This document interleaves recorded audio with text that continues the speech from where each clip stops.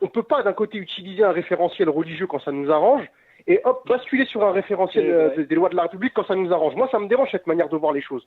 Quand la sœur, elle dit les femmes sont des sous-merdes, non, on n'a pas dit ça. Mais c'est vrai que dans notre religion, il faut le dire, et moi je l'assume parce que c'est dans nos écrits, on peut pas mentir sur nos écrits.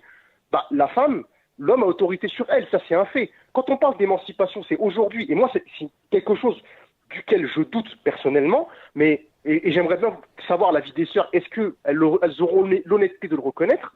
Est-ce qu'aujourd'hui, après avoir vécu en France, après avoir vécu justement le féminisme, justement les droits que vous avez en France, etc., que la République vous donne, est-ce que vous seriez prête à revenir, entre guillemets, en arrière justement à un système traditionnel, classique, patriarcal, où concrètement vous devez obéissance à votre mari? Si je cite le hadith du prophète sallam, qui fait partie de notre civilisation, qui dit que l'homme a énormément de droits sur sa femme, notamment par exemple que si la femme, genre le hadith je l'ai plus en tête, mais que même si elle de mémoire elle lui lèche le pu, elle ne lui rembourse pas les droits qu'il a sur elle. C'est une question que je pose.